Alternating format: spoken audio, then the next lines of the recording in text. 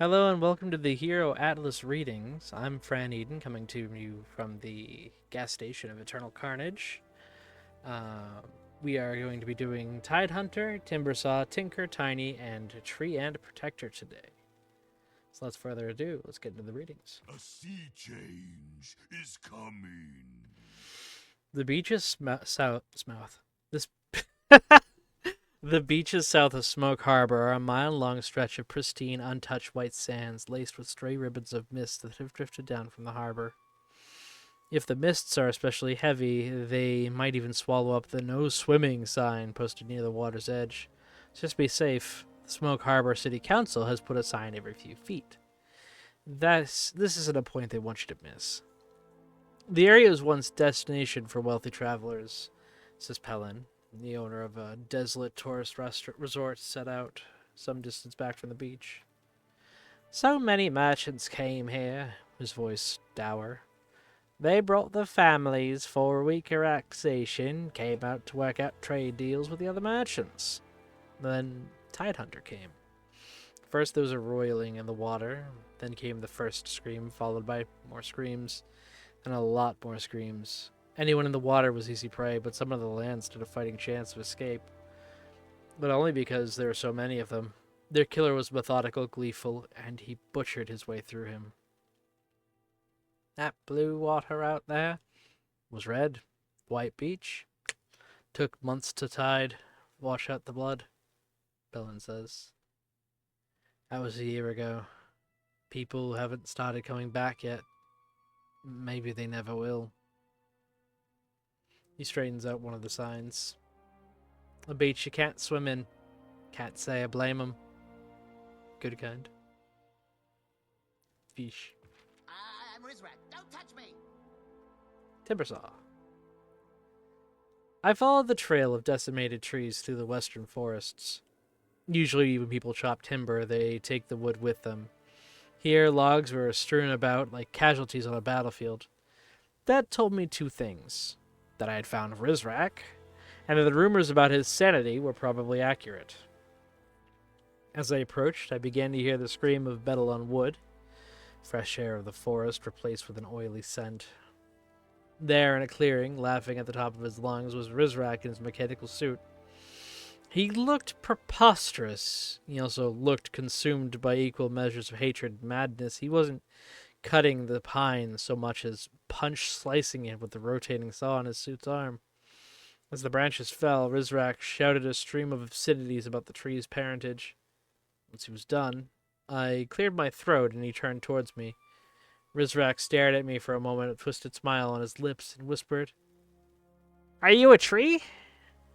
Mossgrave. Awful. Tinker! Tinker. Dr. Kleiner. I do love the voice carryovers from like Half-Life, the sounds and stuff. It's incredible. Even after years of disuse and neglect, the cavern walls drip with a liquid that, closer to inspection, reveals might not be water. The violet archives are still tidier than your average Keen hovel. I had expected and managed to sidestep the usual death traps the Keen folk love to leave for curious visitors to their repository. I can say this word. Repository of knowledge. It took some hunting, but after dodging the cannon fire and the spear trap down a hallway that led to a side room and a spike pit, I eventually found Bosch's notes on what led to the so-called Violet Plateau incident. I'm no engineer, but I had enough knowledge to at least somewhat follow Bosch's scribbles. His work went far beyond any other Keen. He had the irritation of knowing. Oh, any other Keen I'd had the irritation of knowing. Bosch had mastered light itself, using perplexing metal tubes and orbs to contort it to his will. The tone of the journal turned from ecstatic to panic as Bosch inevitably lost control of his new toy, designed to create interplanetary defense shield. Light folded in on itself, and then again, until, like a spring at the limit of attention, it violently popped back into place, into a hole between our world and another darker one. That concluded the penultimate journal in the archives, and I opened the last one to find a single entry. Interplanar defense shield second attempt. Mossgrave.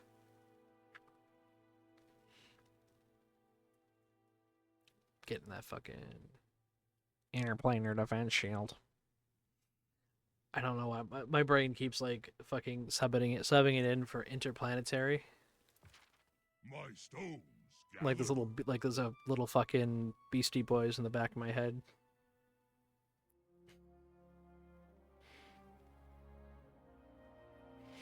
Tiny. The sulfurous air in the valley between two of Volkrag's smaller mountains has me coughing violently.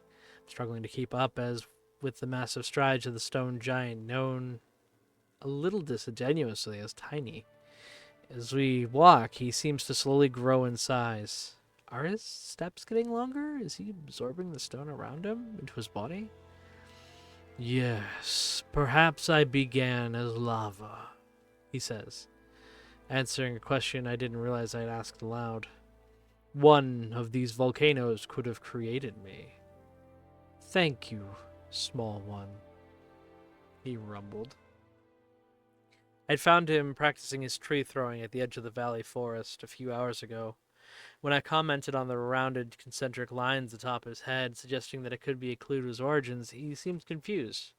He claimed he had never actually seen them before. After I gave him a glimpse with my reflecting plate, my pack, he swore he could have smiled. I once climbed atop the highest peak of the Verkrag Mountains. From up there, the entire range, it was shaped like those circles, Tiny had said. As I write this, he's already trundling away. He picks up speed. I drop in a coughing fit. Good luck, big guy, I wheeze. That puts me at Tink, Tiny, All Treant. good time. Tree! After a week of wandering through the mountains beyond the Vale of Augury, I'd given up hope of finding anyone who could talk to me about Treant Protector. Or anyone at all, for that matter. It was nothing but trees. More trees than you'd expect in the mountains, all rustling non-stop. I just sat down on a large exposed root when a voice boomed above me.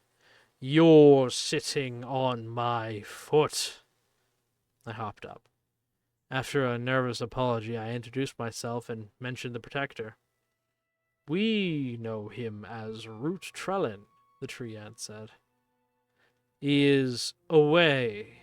He has journeyed to learn of your world, pink thing, much as you are here to learn of ours. But our secrets are not yours to know. He seemed to visibly react, insofar as a tree can slouch, when I said I only wanted to learn about Root Trellin. Is that it? Oh, that is an F. That's Roofed Trellin. Roof Trellin. What a name. He was the swiftest among us, and also the most adventurous, he rumbled. We extinguish any dangers that might befall the realm of trees. Perhaps someday he shall return. Perhaps not. But you, I leaned in quill poised, you must leave and never return. Ah. The nights were cold. I made my way home. I figured it was best to not start any campfires. Good kind. And that, I believe, is our 5 for today. Yeah. Boop, boop, boop, boop, boop. So that puts us on to Troll, Tusk, Underlord, Undying, and Ursa. Next time.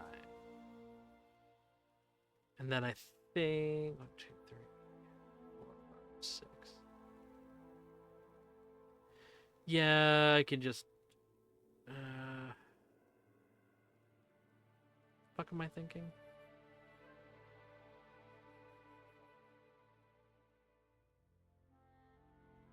One, two, three, four. I need to do this off camera, actually. Thank you so much for listening. A little trick into a little view into how good I am at math at 1 in the morning. Have a wonderful night, and I will see you next time.